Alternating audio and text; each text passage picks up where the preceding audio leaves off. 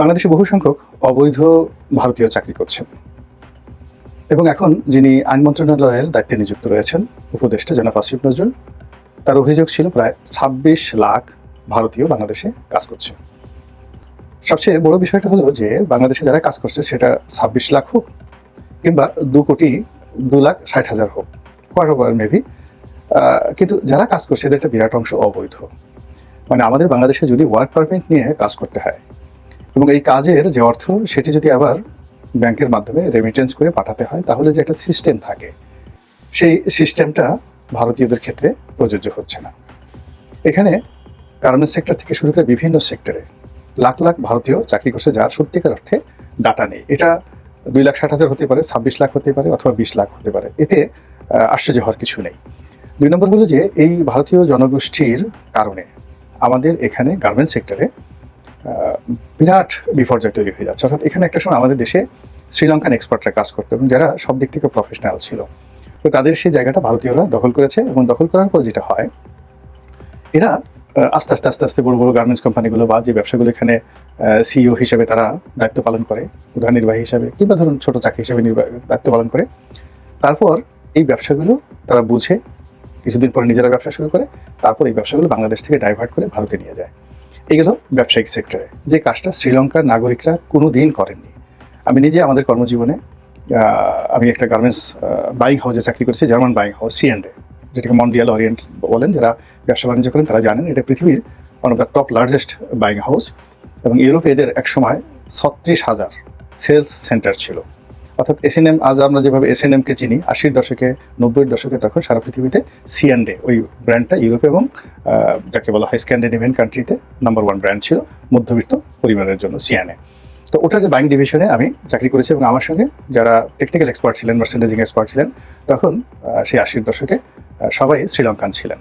কিন্তু পরবর্তীতে আবার ভারতীয়দের সঙ্গে আমার কাজ করার সুযোগ হয়নি। কিন্তু আমার বন্ধুবান্ধব যারা ফ্যাক্টরির মালিক, তারা যারা ভারতীয়দের সঙ্গে কাজ করেছেন বা যে সকল বাইং হাউসগুলো বাংলাদেশে ভারতীয় মালিকদের বা ভারতীয় এক্সিকিউটিভদের নিয়ন্ত্রণে ছিল, যেমন ধরুন একটা জার্মান বায়ার, তো তিনি বাংলাদেশে যিনি হেড অফ দ্য প্রধান, তাকে মার্চেন্ডাইজিং বা অন্য যে কোনো একটা বিষয়ে তাকে প্রধান করে তিনি পাঠালেন, ধরুন মিস্টার অশোক কোথায় পাঠান। তো অশোক কিছুদিন সে ব্যবসা বাণিজ্য করলো, তারপরে শেষে সে জার্মান বায়ারটাকে ডুবিয়ে দিল। জার্মান বায়ারটাকে ডুবিয়ে দিয়ে, জার্মান বায়ার তো ইউরোপে যেটা হয় সেটা হলো সে বাংলাদেশ থেকে মাল কিনে আলটিমেট হয়তো আরেকজন বায়ারের কাছে বিক্রি করে। টোটাল জিনিসটা ভারতীয় সেই বায়ার মিস্টার অশোক বুঝে গেল। বুঝে গিয়ে সে জার্মান বায়ারটাকে সে ডুবিয়ে দিল। ডুবিয়ে দেওয়ার পর নিজে একটা বাইং হাউস খুললো। বাইং হাউস খুলে এরপর সে কী করলো, এখান থেকে ব্যবসা বাণিজ্য করে দ্বিতীয় দফায় সে গার্মেন্টসগুলোকে ডুবালো। দ্বিতীয় দফায় গার্মেন্টসগুলোকে ডুবিয়ে তারপরে শেষে তার এই সমস্ত এক্সপার্ট এবং পুঁজি নিয়ে সে তার নিজের দেশে গিয়ে ব্যবসা বাণিজ্য শুরু করলো। এরকম অসংখ্য ঘটনা ঘটেছে আপার লেভেলে। আর লোয়ার লেভেলে যে সকল কর্মকাণ্ড হয়, অর্থাৎ এখানে অনেক ভারতীয় রয়েছেন যারা এখানে বসে বসে ট্রেডিং করেন, চালের বাজার, ডালের বাজার, আলুর বাজার, আমরা ভারতের যে সকল বিষয়াদি রয়েছে সব বিষয় যারা এখানে এজেন্ট রূপে কাজ করেন, এরা কেউ ওয়ার্ক পারমিট নিয়ে কাজ করেন না। এখন এদের সংখ্যা অনেক। আমার কাছে মনে হচ্ছে যেটা হয়তো ২৬ লাখ হবে না, কিন্তু এটা ১০ লাখের নিচেও হবে না।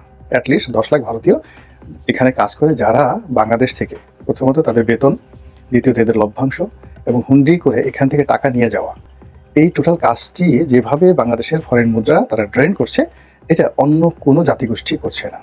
দ্বিতীয়ত আমাদের বাংলাদেশে যারা চোর, যাদেরকে আমরা টাকা পাচারের জন্য দায়ী করি, তারাও কিন্তু এই কাজগুলো করছে না। ফলে এই বিষয়গুলোর একটা সুরাহা হওয়া দরকার এবং এখন একটা মোক্ষম সময়।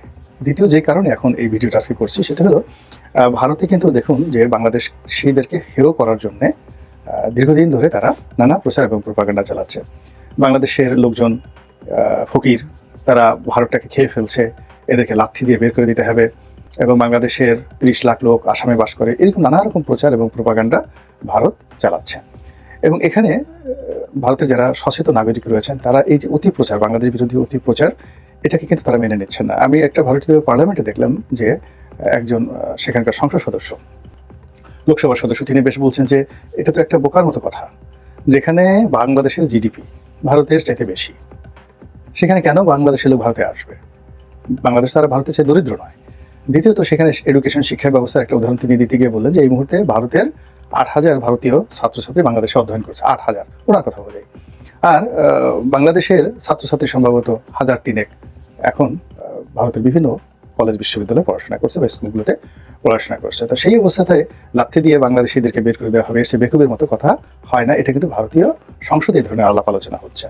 তো এটা বর্তমান সরকার যারা আছেন তাদের জন্য একটা মোক্ষম সময় এরকম একটা ব্যবস্থা নেওয়া। আর যেটি হচ্ছে যে এই মুহূর্তে ভারতে যে মুসলিম বিদ্বেষ শুরু হয়েছে, কাশ্মীরের যে পেহেলগাম সেখানে যে আক্রমণ, সেই আক্রমণকে কেন্দ্র করে সারা ভারতে যে ধরপাকড় শুরু হয়েছে, এবং সেখানে দেখা গেল গুজরাটে, মানে আশ্চর্য ব্যাপার হলো দক্ষিণ ভারত, বাংলাদেশে যদি ইভেন যদি দিল্লিতে হতো, কলকাতাতে হতো, আসামে হতো, ত্রিপুরাতে হতো, নাগাল্যান্ড, মিজোরাম এখানে হতো, বিশ্বাস করা যেত। তারা কয়েকশো লোককে বন্দি করেছে গুজরাটে, নরেন্দ্র মোদীর এলাকাতে। এরা বাঙালি, এদেরকে ধরে বাংলাদেশে পাঠাতে হবে। পরে তদন্ত করে দেখা গেল তাদের মধ্যে একজনও বাঙালি নয়, অর্থাৎ বাংলাদেশি নন। তো এই যে ভারত আমাদেরকে অপমান করার জন্য যে কাজগুলো করে যাচ্ছে, তার যদি উত্তর আমরা দিতে না পারি এবং এই সময়টিতে, তাহলে আমরা আর জীবনে দিতে পারবো না। অন্ততপক্ষে যদি ঠিক আছে, যারা ভারতীয় নাগরিকদেরকে দিয়ে কাজ করাতে চান করেন, এখানে সরকারি নিয়ম মেনে, কানুন মেনে তারা যদি এখানে থাকেন, কোনো অসুবিধা নেই। দ্বিতীয়ত, এখানে যারা আসতে চান তাদেরকেও ওয়েলকাম। তৃতীয়ত, যারা অবৈধ রয়েছেন তারা দরখাস্ত করতে পারেন, আর যারা দরখাস্ত করবেন না, এখন তারা যেভাবে রয়েছেন সেভাবে তারা বাংলাদেশে থাকতে পারবেন না।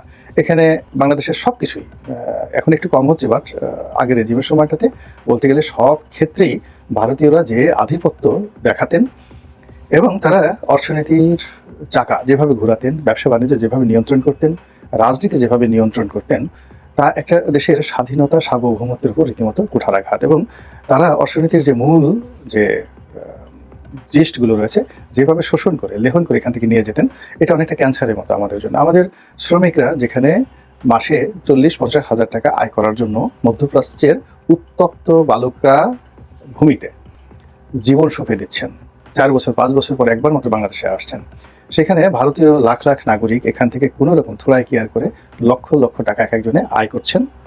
তারপরে শেষে অনেকে চোরাকারবারির সাথে জড়িত, অনেকে অনেক অপরাধের সাথে জড়িত।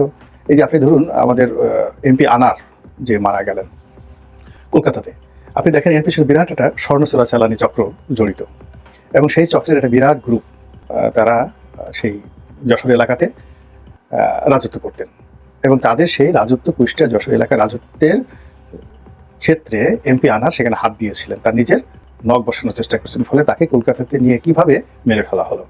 আপনাদের একসময় মনে আছে হুন্ডি কাজলের কথা, যে সেই বাংলাদেশের প্রথম যে হুন্ডির ব্যাপারে যাকে ধরা হলো গ্যাংস্টার, তো তার সমস্ত কর্মকাণ্ড ছিল ভারতকে কেন্দ্র করে। এই যে বাংলাদেশের ব্যাংকগুলোকে ডুবিয়ে যাওয়ার ক্ষেত্রে যে লোকটি প্রায় 8,000 কোটি টাকা, আবার বলছে 8,000 কোটি টাকা, $1 বিলিয়ন ওই সময়টিতে, 80 টাকা করে যখন ডলারের মূল্য ছিল, যখন এই 8,000 কোটি টাকা ব্যাংকগুলো থেকে লুটপাট করলো যে লোকটি, তার নাম পিকে হালদার, সে একাই কাজ করেছে?